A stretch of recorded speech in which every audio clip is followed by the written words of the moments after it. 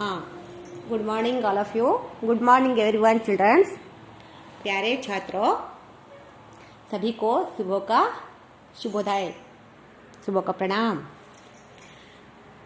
हाँ, मैं अभी एक कविता करने आई हूँ। पिछली कक्षा में आप सुनो मेरी कहानी इस पाठ के बारे में मज़ीद मालूमात प्राप्त करे हैं।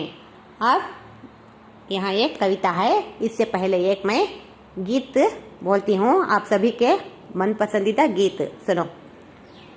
ಬುದ್ಧಿಮಾತ ಕೇಳಿ ಓ ಮುತ್ತು ಮಕ್ಕಳೇ, ಜಾಣರಾಗಿ ಬಾಳಿ ನನ್ನ ಹೊನ್ನ ಹೋಗಡೆ, ಮಾತಲ್ಲೇ ಹಿತವಿರಲೇಬೇಕು, ನಿಮ್ಮ ನಡೆಯಲ್ಲೇ ಮಿತವಿರಲೇಬೇಕು. ನೀವು ಎಲ್ಲೇ ಇರಲಿ, ನೀವು ಹೇಗೆ ಇರಲಿ, ಮನುಷ್ಯನ ಮೆಚ್ಚುವಂತೆ ನೀವಿರಬೇಕು. ಬುದ್ಧಿ ಮಾತ ಕೇಳಿ ಓ ಮುತ್ತು ಮಕ್ಕಳೇ, ಜಾಣರಾಗಿ ಬಾಳಿ ನನ್ನ ಹೊನ್ನ ಹೋಗಡೆ, ಮಾತಲ್ಲಿ ಹಿತವಿರಲೇಬೇಕು, ನಿಮ್ಮ ನಡೆಯಲ್ಲಿ ಮಿತವಿರಲೇಬೇಕು. ನೀವು ಎಲ್ಲೇ ಇರಲಿ, ನೀವು ಹೇಗೆ ಇರಲಿ, ಜನ ಮೆಚ್ಚುವಂತೆ ನೀವಿರಬೇಕು. ಬುದ್ಧಿ ಮಾತು ಕೇಳಿ ಓ ಮುತ್ತು ಮಕ್ಕಳೇ, ಜಾಣರಾಗಿ ಬಾಳಿ ನನ್ನ ಹೊನ್ನ ಹೋಗಡೆ.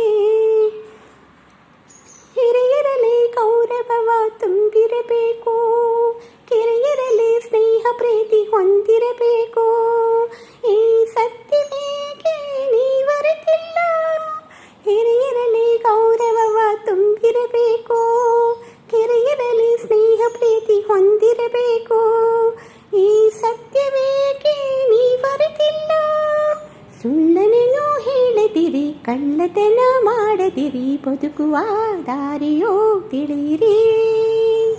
ಬುದ್ಧಿ ಮಾತ ಕೇಳಿ ಓ ಮುತ್ತು ಮಕ್ಕಳೇ, ಜಾಣರಾಗಿ ಬಾಳಿ ನನ್ನ ಹೊನ್ನ ಹೋಗಡೆ, ಮಾತಲ್ಲಿ ಹಿತವಿರಲೇಬೇಕು, ನಿಮ್ಮ ನಡೆಯಲ್ಲೇ ಮಿತವಿರಲೇಬೇಕು. ನೀವು ಎಲ್ಲೇ ಇರಲಿ, ನೀವು ಹೇಗೆ ಇರಲಿ, ಜನ ಮೆಚ್ಚುವಂತೆ ನೀವಿರಬೇಕು.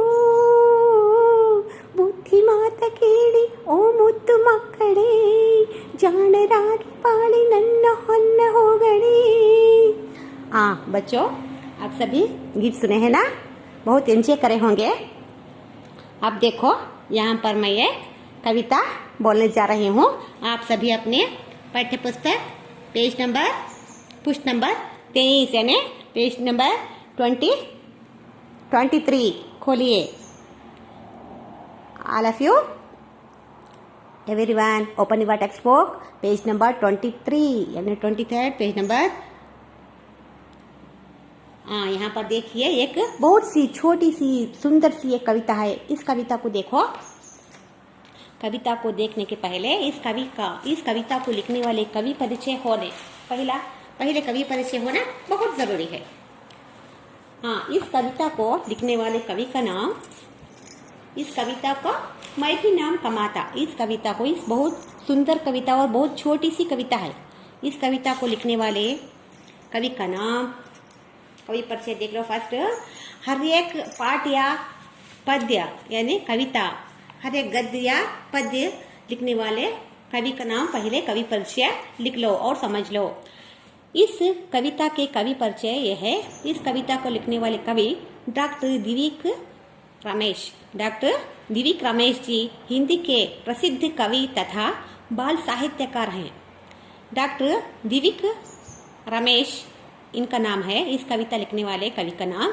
ये कवि प्रसिद्ध हिंदी के प्रसिद्ध कवि हैं और बाल साहित्यकार भी। बाल साहित्य यानी कंद पद्यಗಳು ಅಂತ ಹೇಳ್ತಾರಲ್ಲ ಕನ್ನಡದಲ್ಲಿ, ಆ कंद पद्य लिखे सो वो बहुत बाल कविताएं लिखे हैं। उनकी प्रसिद्ध रचना खंड खंड अग्नि, उनकी प्रसिद्ध रचनाएं खंड खंड अग्नि है। प्रस्तुत कविता ಅಂದ್ರೆ ಈ ಕವಿತೆ ಬರೆದಿರೋದು 101 ಬಾಲ್ ಕವಿತಾएं ಸಂಗ್ರಹ से ली गई हैं।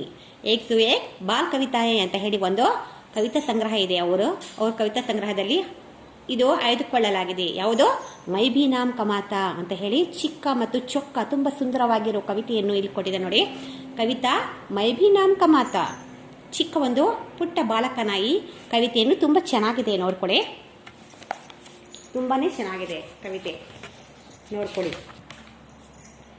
रोज रोज सी माँ की खबरें मन, रोज रोज सी माँ की खबरें सुन सुन कर मन नहना मेरा मुस्कुरा रह जाता.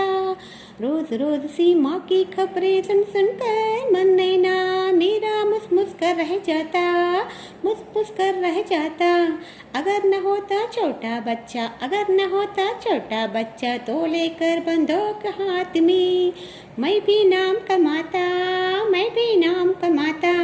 रोज रोज सी माँ की खबरें सुन सुन कर मन नहना मेरा मुस्कुरा रह जाता.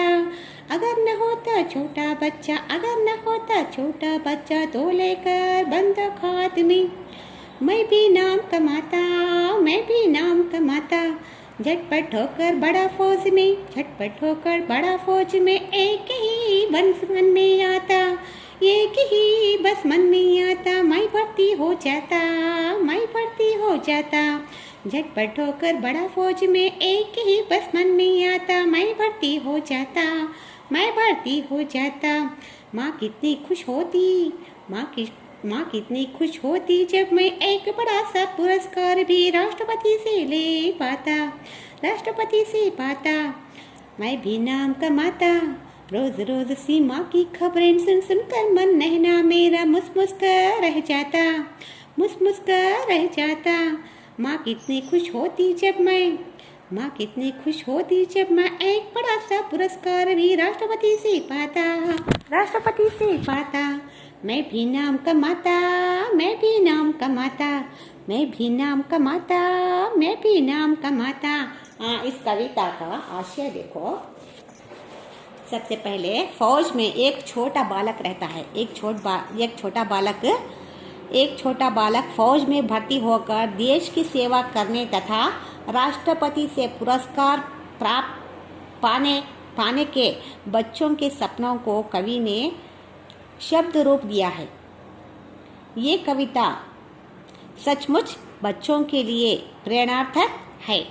ये कविता में एक छोटा सा बच्चा अपने, ನೀವು ಎಲ್ಲರೂ ನಾನು ದೊಡ್ಡನಾಗಿ ಹೀಗಾಗ್ತೀನಿ, ನಾನು ದೊಡ್ಡನಾಗಿ ಆಗ್ತೀನಿ, ನಾನು ಡಾಕ್ಟ್ರ್ ಆಗ್ತೀನಿ, ನಾನು ಚೆನ್ನಾಗಿ ಓದಿ ನಾನು ಡಾಕ್ಟ್ರ್ ಆಗ್ತೀನಿ ಮಿಸ್, ನಾನು ಇಂಜಿನಿಯರ್ ಆಗ್ತೀನಿ ಮಿಸ್, ನಾನು ಟೀಚರ್ ಆಗ್ತೀನಿ ಮಿಸ್, ನಾನು ಸೈನಿಕ ಆಗ್ತೀನಿ, ನಾನು ಮಿಲಿಟ್ರಿಯಲ್ಲಿ ಸೇರ್ಕೊಳ್ತೀನಿ ಮಿಸ್, ನಾನು ಇನ್ಸ್ಪೆಕ್ಟರ್ ಆಗ್ತೀನಿ ಮಿಸ್ ಅಂತ ಏನೆಲ್ಲ ನೀವು ಹೇಳಿದ್ದೀರ ನನಗೆ ಅಲ್ವಾ. ಅದೇ ಥರ ಈ ಚಿಕ್ಕ ಪುಟ್ಟ ಬಾಲಕ ಆಗಿದ್ದಾನೆ. ಅವನು ಒಂದು 2-3-4 ವರ್ಷದವನು ಇರ್ಬೋದು ಮೋಸ್ಟ್ಲಿ. ಅವನು ಹೇಳ್ತಾನೆ, ಫೌಜ್ ಮೇ ಭರ್ತಿ ಹೋಕರ್ ದೇಶ ಕಿ ಸೇವಾ ಕರ್ನೆ ಮೇ ತಥಾ ನಾನು ದೊಡ್ಡವನಾದ್ಮೇಲೆ ದೇಶ ಸೇವೆಯನ್ನು ಮಾಡಬೇಕು ಅಂತ ಹೇಳಿ ನಾನು ಒಂದು ಫೌಜಿ ಆಗ್ತೇನೆ, ಅಂದರೆ ಸೈನಿಕನಾಗ್ತೇನೆ. ನಾನು ಸೈನ್ಯದಲ್ಲಿ ನಾನು ಭರ್ತಿ ಆಗ್ತೇನೆ, ಪ್ರವೇಶ ಮಾಡ್ತೇನೆ ಸೈನ್ಯದಲ್ಲಿ ಭರ್ತಿಯಾಗಿ ನಮ್ಮ ದೇಶದ ಗಡಿಯನ್ನು ಕಾಯುತ್ತೇನೆ. ಮತ್ತು ನಾನು ವೀರ ಆಗಿ ನನ್ನ ಕೈಯಲ್ಲಿ ಕೋವಿಯನ್ನು ಹಿಡಿದುಕೊಂಡು ದೇಶದ ಸೇವೆ ಮಾಡುತ್ತೇನೆ. ದೇಶದ ಶತ್ರುಗಳಿಗೆ, ನಮ್ಮ ದೇಶದ ಮೇಲೆ ಬೆನ್ನತ್ತಿ ಬರುವ ಶತ್ರುಗಳಿಗೆ ಬಗ್ಗಿ ಬಡಿದು ನಾನು ವೀರ ದ್ವೇಷದಿಂದ ನಾನು ಹೋರಾಡುತ್ತೇನೆ ಮತ್ತು ರಾಷ್ಟ್ರಪತಿಯಿಂದ ನಾನು ಪುರಸ್ಕಾರವನ್ನು ಪಡೆಯುತ್ತೇನೆ. ಆಗ ನನ್ನ ತಾಯಿ ಬಹಳ ಖುಷಿಯಾಗುತ್ತಾರೆ. ರೋಜ್ ರೋಜ್ ಸಿ ಮಾ ಕಿ ಖಬ್ರೆ ಸುನ್ ಸುನ್ಕರ್ ಮನ್ ನೆಹ್ನಾ ಮೀರಾ ಮುಸ್ಕರ ರಹ ಜಾತಾ. ನಾನು ಡೈಲಿ ಟಿವಿಯಲ್ಲಿ, ರೇಡಿಯೋನಲ್ಲಿ ನಾನು ಚಿಕ್ಕ ನ್ಯೂಸ್ ಕೇಳಿ ದೇಶ ವಿದೇಶಗಳಿಂದ ನಮ್ಮ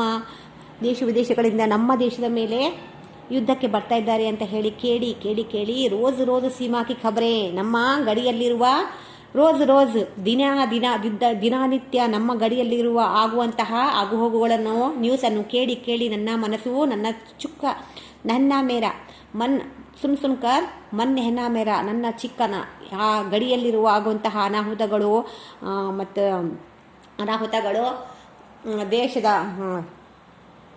ನಮ್ಮ ದೇಶದ ಮೇಲೆ ಬೆನ್ನತ್ತಿ ಬರುವ ಶತ್ರುಗಳ ಸೈನ್ಯದ ಅನಾಹುತಗಳು ಆಗುತ್ತಿರುವ ಸಾವು ನೋವುಗಳನ್ನು ಕೇಳಿ ನನ್ನ ಚಿಕ್ಕ ಪುಟ್ಟ ಹೃದಯ ತುಂಬನೇ ದುಃಖಿತವಾಗಿ ಮುಸ್ಕರ ಜಾತ. ಒಳಗೆ ಮನಸ್ಸಲ್ಲಿ ನಾನು ಬಹಳ ದುಃಖಿತವಾಗಿ ಮನಸ್ಸಿನಲ್ಲೇ ನಾನು ಅಳ್ತಾ ಇರ್ತೇನೆ.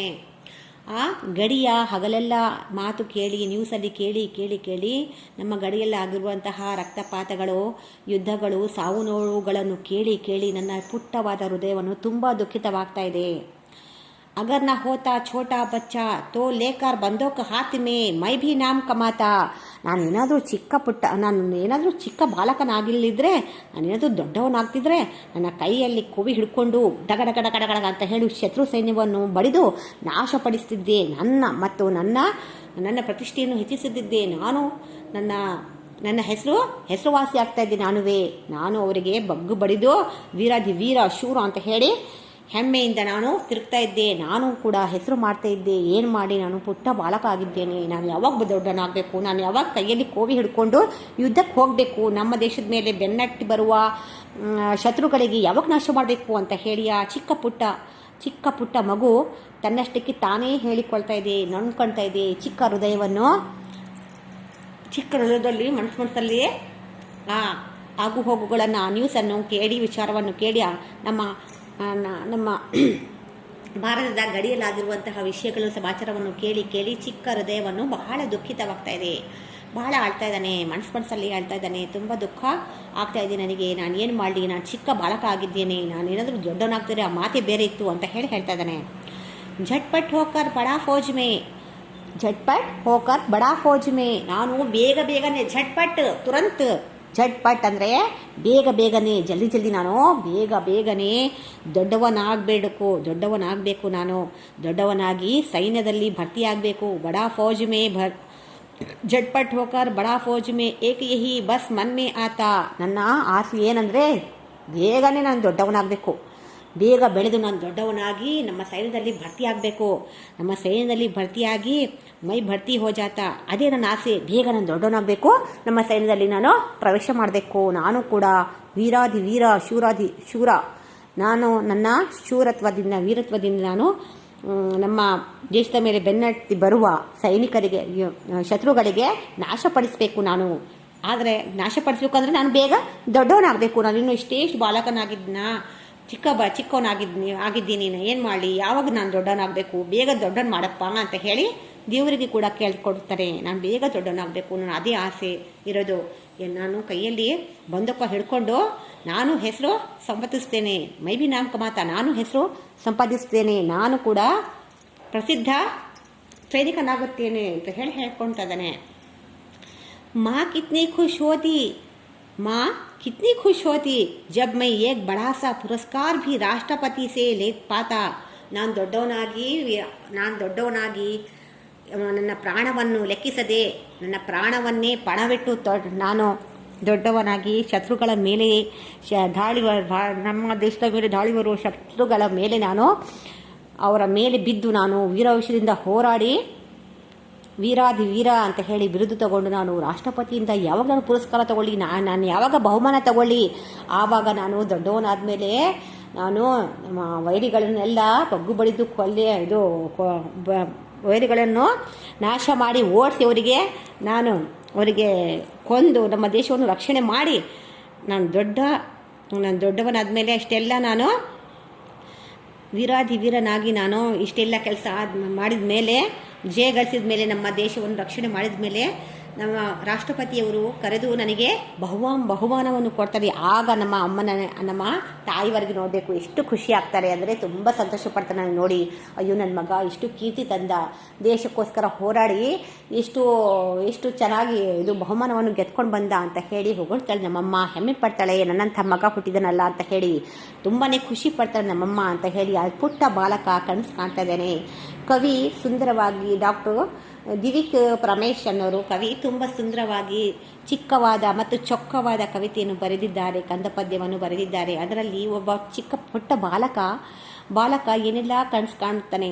ಅಯ್ಯೋ, ನಾನು ದಿನನಿತ್ಯ ರೇಡಿಯೋದಲ್ಲಾಗಲಿ ಅಥವಾ ಟಿ ವಿಯಲ್ಲಾಗಲಿ ಪೇಪರಲ್ಲಾಗಲಿ ಸಮಾಚಾರವನ್ನು ಕೇಳುತ್ತೇನೆ. ಏನಂದರೆ, ನಮ್ಮ ದೇಶದ ಗಡಿಯಲ್ಲಿ ನಮ್ಮ ಸೈನಿಕರು ನಮ್ಮ ಗಡಿ ಕಾಯ್ತಾ ಇದ್ದಾರಲ್ಲ, ಅವರು ಶತ್ರುಗಳ ಗುಂಡಿಗೆ ಬಲಿಯಾಗ್ತಾ ಇದ್ದಾರೆ. ಅವರು ನಮ್ಮ ದೇಶವನ್ನು ರಕ್ಷಣೆ ಮಾಡೋಕ್ಕೋಸ್ಕರ ತನ್ನ ಪ್ರಾಣವನ್ನೇ ಲೆಕ್ಕಿಸದೆ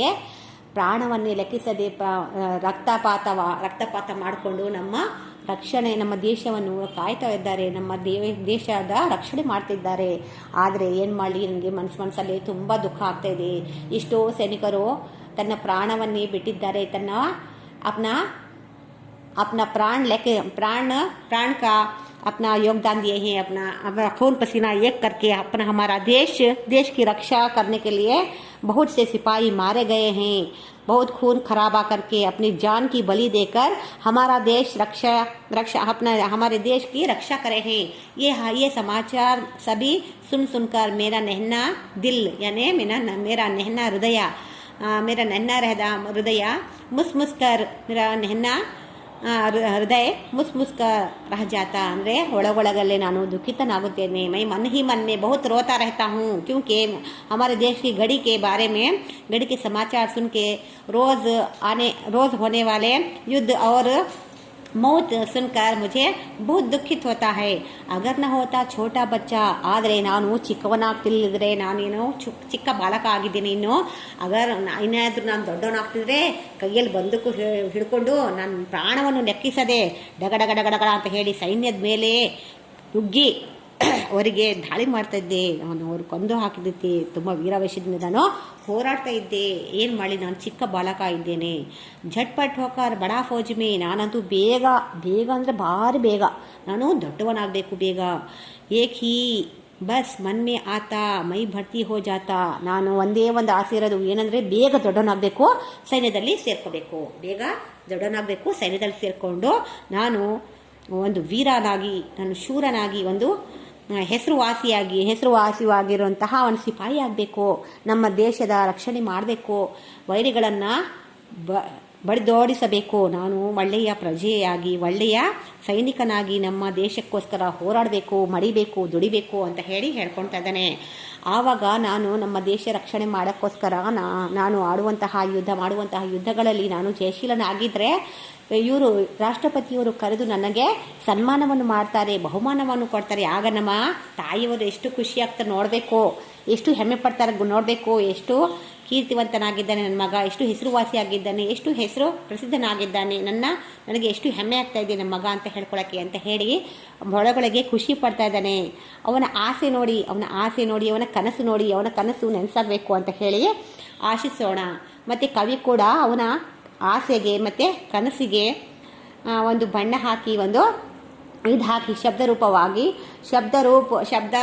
रूप देकर कवि बहुत अच्छे तरीके से बच्चों के लिए इस प्रेरणार्थक कविता लिखे हैं। मैं भी नाम कमाता, ನಾನು ಕೂಡ ಹೆಸರುವಾಸಿ ಆಗ್ತೇನೆ, ನಾನು ಕೂಡ ಹೆಸರು ಗಳಿಸ್ತೇನೆ, ನಾನು ಕೂಡ ಪ್ರಸಿದ್ಧಿ ಆಗ್ತೇನೆ ಅಂತ ಹೇಳಿ मैं भी नाम कमाता ಅಂತ ಹೇಳಿ ಅರ್ಥ। हाँ, अब देखो बच्चों, आप सभी छोटे बच्चे हैं ना, आप 6th स्टैंडर्ड से छठी कक्षा से 7वीं कक्षा को आए हैं। आप सभी में भी सभी अच्छा पढ़ लिख कर बड़े होकर एक डॉक्टर होते हैं कि थोड़े बच्चे डॉक्टर होते हैं, थोड़े बच्चे इंजीनियर होते हैं, थोड़े बच्चे टीचर्स होते हैं। डॉक्टर, इंजीनियर्स, सिपाही, इंस्पेक्टर, वकील, हर एक वृत्ति भी टीचर की वृत्ति से ही शुरू होती है। Teacher post is a very important and very good job, teacher ऐसे होना है, मॉडल टीचर होना है, मॉडल टीचर ಆಗಬೇಕು। ಎಲ್ಲಾನು ಏನೇ ಕಷ್ಟ ಬರಲಿ, ಏನೇ ಪ್ರಶ್ನೆ ಬರಲಿ ಅದಕ್ಕೆ ಉತ್ತರ ಹೇಳುವಂಥ ಸಾಮರ್ಥ್ಯ ಉಳ್ಳವರಾಗಬೇಕು ಟೀಚರ್। ಒಂದು ಮಾಡಲ್ ಟೀಚರ್ ಆಗಿರಬೇಕು। ಅವರ ನೈತಿಕವಾಗಲಿ, ಶೈಕ್ಷಣಿಕವಾಗಲಿ, ಸಾಮಾಜಿಕವಾಗಲಿ ಒಳ್ಳೆಯ ಮೌಲ್ಯವನ್ನು ಇಟ್ಕೋಬೇಕು ಟೀಚರ್, ಒಳ್ಳೆಯ ಗುಣಗಳನ್ನು ಹೊಂದಿರಬೇಕು। ಅವರನ್ನು ನೋಡಿ ಮಕ್ಕಳು ಕಲಿಬೇಕು। ಅವರೇ ಸರಿ ಇಲ್ಲ ಅಂದರೆ ಮಕ್ಕಳಿಗೆ ಏನು ಕಲಿಸ್ತಾರೆ ಅಲ್ವಾ? ಸಭ್ಯರಾಗಬೇಕು, ಒಳ್ಳೆ ಗುಣ ಹೊಂದಿರಬೇಕು, ಪ್ರೀತಿ ವಿಶ್ವಾಸದಿಂದ ಮಕ್ಕಳನ್ನು ನೋಡ್ಕೋಬೇಕು, ತನ್ನ ಮಕ್ಕಳೇನೋ ಅನ್ನೋ ಹಾಗೆ ನೋಡ್ಕೋಬೇಕು, ಅವರನ್ನು ಎಲ್ಲ ಹೆಜ್ಜೆಗೂ ಅವರನ್ನು ರಕ್ಷಿಸಬೇಕು, ಕಾಪಾಡಬೇಕು। ಎಲ್ಲ ಪೋಸ್ಟ್ಗಳಲ್ಲಿ, ಎಲ್ಲ ಹುದ್ದೆಗಳಲ್ಲಿ ಟೀಚರ್ ಹುದ್ದೆ ತುಂಬ ಶ್ರೇಷ್ಠವಾದ ಹುದ್ದೆ। ಟೀಚರ್ ನಾವು ಯಾವುದೇ ನಾವು ವೃತ್ತಿಯನ್ನು ಮಾಡಲಿ, ಯಾವುದೇ ಕೆಲಸ ನೌಕರಿ ಮಾಡಲಿ, ಅದರಲ್ಲಿ ಪ್ರೀತಿ ವಿಶ್ವಾಸ ಇರಬೇಕು, ಆ ನೌಕರಿಯಲ್ಲಿ ಹೆಮ್ಮೆ ಇರಬೇಕು, ಪ್ರೀತಿ ವಿಶ್ವಾಸ ಶ್ರದ್ಧೆಯಿಂದ ಯಾವುದೇ ಕೆಲಸ ಆಗಲಿ ಶ್ರದ್ಧೆಯಿಂದ, ಪ್ರೀತಿಯಿಂದ, ಅಭಿಮಾನದಿಂದ ಮಾಡಬೇಕು, ಅದರಲ್ಲಿ ನಾವು ತೃಪ್ತಿ ಕಾಣಲು ಸಾಧ್ಯ। ಒಂದು ಮಗು ತನ್ನ ಗುರಿ ಇಲ್ಲದ ಶಿಕ್ಷಣ ಅಂಧನ ನಡಿಗೆಯಂತೆ ಅನ್ನುವ ಹಾಗೆ ನಾವು ಶಿಕ್ಷಣ ಪಡ್ಕೋಬೇಕಾದ್ರೆ, ನಾವು ಓದು ಬರಹ ಕಲಿಯಬೇಕಾದ್ರೆ ನಮಗೊಂದು ಗುರಿ ಇರಬೇಕು। ನಾವು ಚೆನ್ನಾಗಿ ಓದಬೇಕು, ಎಲ್ಲದರಲ್ಲೂ ನಾವು ಫಸ್ಟ್ ರ್ಯಾಂಕ್ ಬರಬೇಕು, ಅವ್ರು ಚೆನ್ನಾಗಿ ಬರೀತಿದ್ದಾರೆ, ಅವ್ರು ಚೆನ್ನಾಗಿ ಓದ್ತಿದ್ದಾರೆ, ನಾವು ಬರೀಬೇಕು। Competition is very important.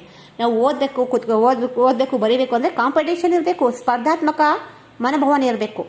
ನಾನು ಕೂಡ ಚೆನ್ನಾಗಿ ಓದಬೇಕು, ನಾನು ಕೂಡ ಚೆನ್ನಾಗಿ ಬರಬೇಕು, ಫಸ್ಟ್ ರ್ಯಾಂಕ್ ಬರಬೇಕು ಎಕ್ಸಾಮಲ್ಲೇ ಆವಾಗ ಫಸ್ಟ್ ರ್ಯಾಂಕ್ ಬಂದರೆ, ಚೆನ್ನಾಗಿ ಓದಿದ್ರೆ ಬರೆದ್ರೆ ಫಸ್ಟ್ ರ್ಯಾಂಕ್ ಬಂದರೆ ನೀವು ಯಾರಿಗೂ ಏನು ಹೆದರೋ ಹಾಗಿಲ್ಲ. ಕಳುವು ಆಗಲಾರದ ಆಸ್ತಿ ಅಂದರೆ ವಿದ್ಯೆ. ನಿಮ್ಮ ವಿದ್ಯೆ ಯಾರು ಕದಿಯಲು ಸಾಧ್ಯವಿಲ್ಲ. ಹಣ ಕಳ್ತನ ಮಾಡ್ಕೋಬಹುದು, ಮನೆ ಕಳ್ತನ ಮಾಡ್ಕೋಬಹುದು, ಚೀಟಿಂಗ್ ಮಾಡಿ ಸೈಟು ಹೊಡ್ಕೋಬಹುದು, ಒಡವೆ ಕದಿಬಹುದು, ಕಳ್ತನ ಮಾಡಿ ಮನೆಯೆಲ್ಲ ದೋಚ್ಕೊಂಡು ಹೋಗ್ಬೋದು. ಆದರೆ ವಿದ್ಯೆ ಮಾತ್ರ ಯಾರಿಂದಲೂ ಕದಿಯಲು ಸಾಧ್ಯವಿಲ್ಲ.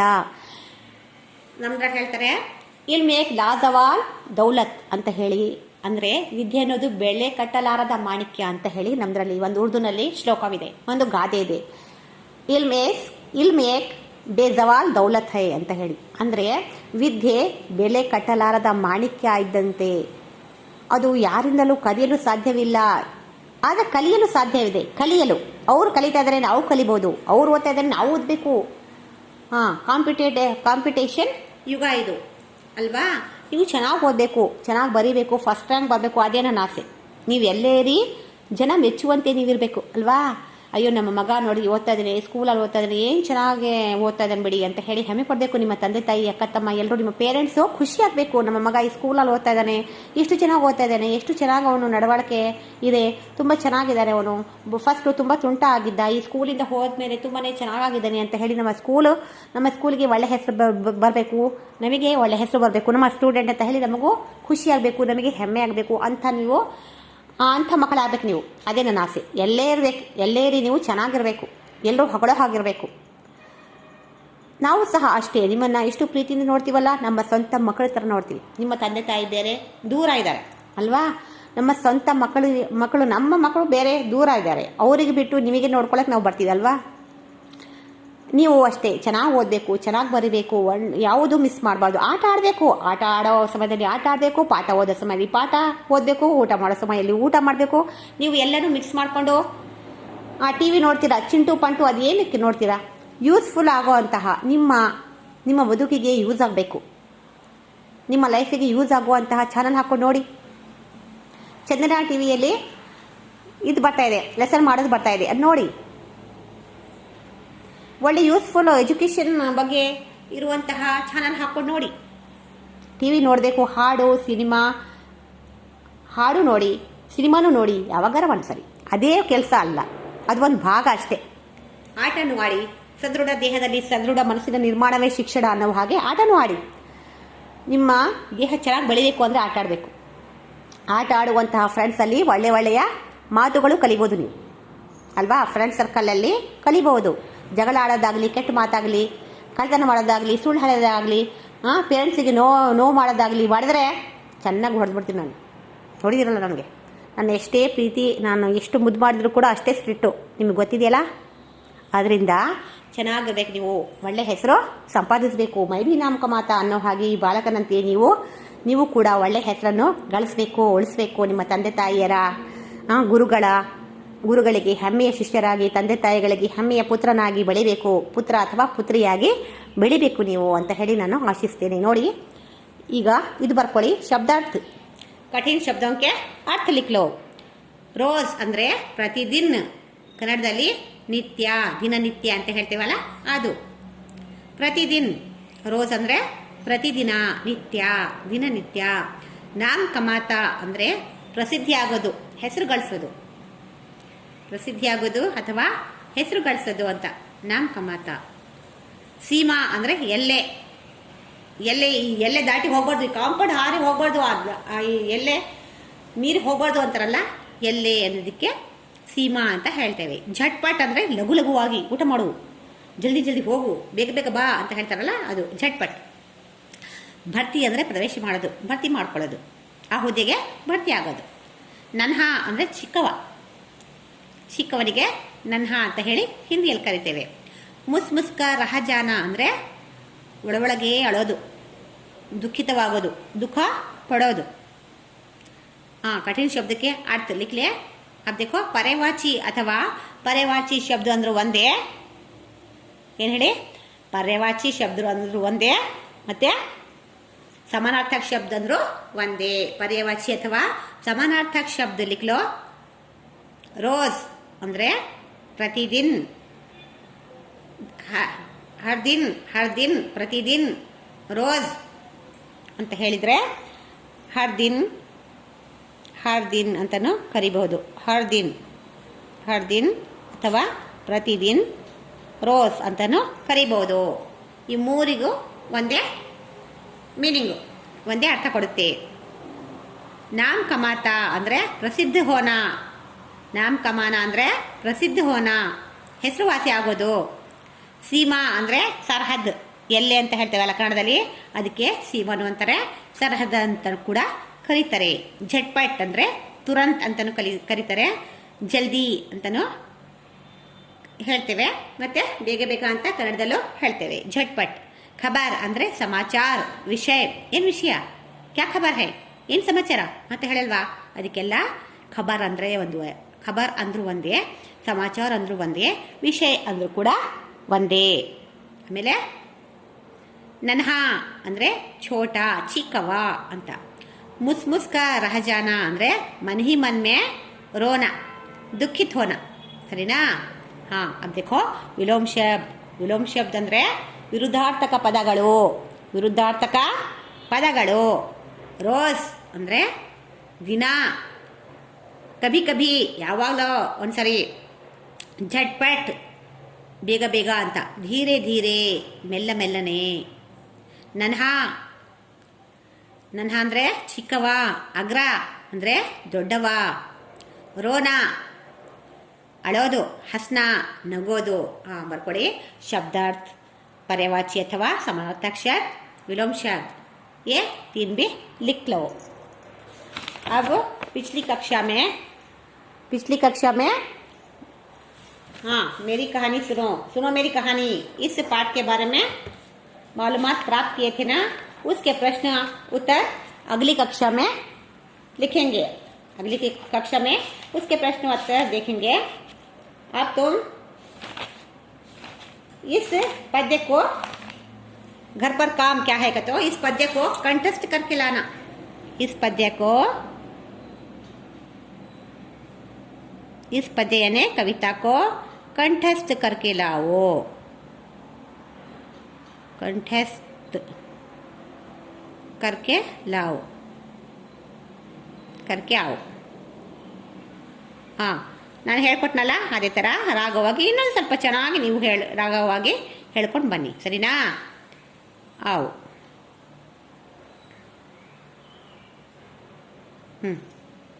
ये घर पर काम है तुमको.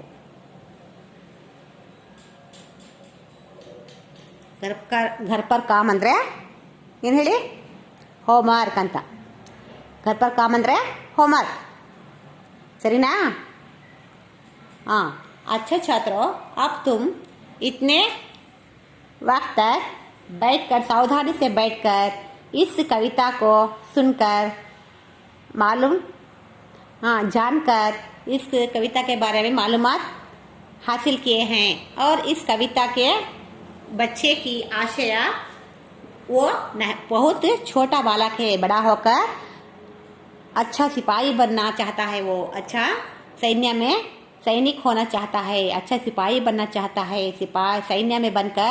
सैन्य में अच्छा सिपाही बनकर अपनी देश की रक्षा करना चाहता है. अपने हाथ में बंदूक लेकर शत्रुओं की नाशा कर अपने देश की रक्षा करके, बहुत वीरवेश से हमारे देश की रक्षा करके अपने राष्ट्रपति से पुरस्कार लेना चाहता है. इसकी आशा है, इसकी ये ख्वाहिश है, इसकी तमन्ना है. इस बच्चे की बहुत आशाएं है. बड़ा होकर क्या बनना चाहता है? वो सैनिक बनना चाहता है, देश की रक्षा करना चाहता है. आप भी सैनिक बनना चाहते हो क्या? हाँ, इसमें एक बच्चे सैनिक होना चाहते हैं. मुझे मालूम, पिछली कक्षा में मुझे बोले थे.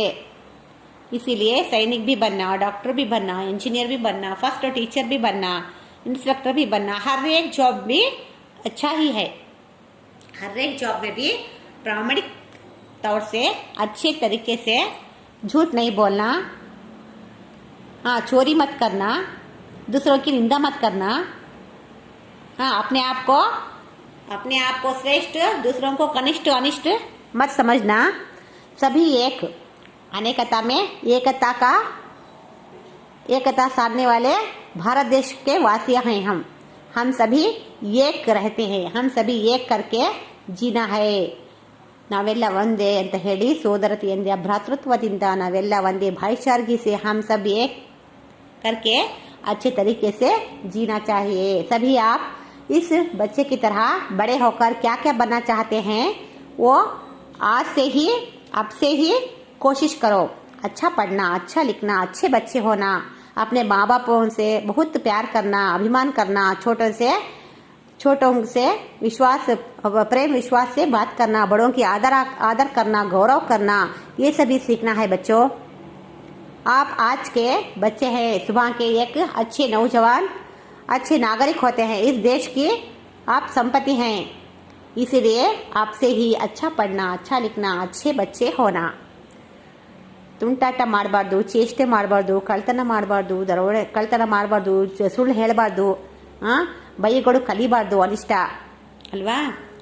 ದೊಡ್ಡವ್ರ ಮಾತು ಕೇಳಬೇಕು, ದೊಡ್ಡವರಿಗೆ ಗೌರವ ಕೊಡಬೇಕು, ಪ್ರೀತಿ ವಿಶ್ವಾಸದಿಂದ ಇರಬೇಕು.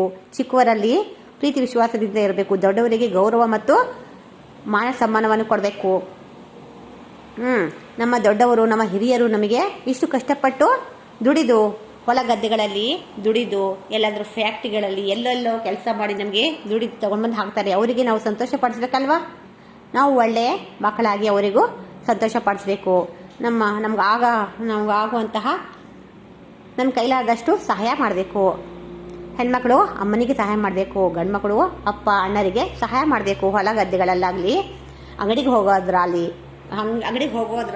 ಆಗಲಿ ಮಕ್ಕಳಿಗೆ ಚಿಕ್ಕ ಮಕ್ಕಳು ನಮ್ಗೆ ನೋಡಿ ಕಲಿಬೇಕು. ಆ ಥರ ಮಾದರಿಯಾಗಿ ನಾವು ಬೆಳಿಬೇಕು ಮನೆಯಲ್ಲಿ. ನಮ್ಮ ದೊಡ್ಡವರು ಖುಷಿಯಾಗಿರಬೇಕು, ನೋಡಬೇಕು ನಮ್ಮ ಮಗ ಅಥವಾ ನಮ್ಮ ಮಗಳು ಎಷ್ಟು ಚೆನ್ನಾಗಿದ್ದಾನೆ, ಸ್ಕೂಲಿಗೆ ಹೋಗ್ತಾ ಇದ್ದಾನೆ, ಏನೆಲ್ಲ ಕಲ್ತ್ಕೊಂಡು ಬರ್ತಾ ಇದ್ದಾನೆ ಅಂತ ಹೇಳಿ ಖುಷಿ ಆಗಬೇಕು ಅವರೆಲ್ಲ. ನಿಮ್ಮ ತುಂಟಾಟ ಬಿಟ್ಟು, ಚೇಷ್ಟೆ ಬಿಟ್ಟು, ಅನಿಷ್ಟ ಮಾತುಗಳನ್ನು ಬಿಟ್ಟು ಒಳ್ಳೆಯ ಸತ್ಪ್ರಜೆಗಳನ್ನಾಗಿ ಬಾಳಿರಿ. ಸರಿನಾ. ಇಷ್ಟೆಲ್ಲ ಹೇಳಿ ನಾನು अब ये सभी बोलकर इस कविता को मुक्ताय करती हूँ. और इस कक्षा को भी आप इस कविता को अच्छे तरीके से बैठकर सुनने को आप सभी को धन्यवाद. और अगली कक्षा में इसके प्रश्न उत्तर लिखेंगे छात्रों. अच्छा छात्रों, धन्यवाद सभी को.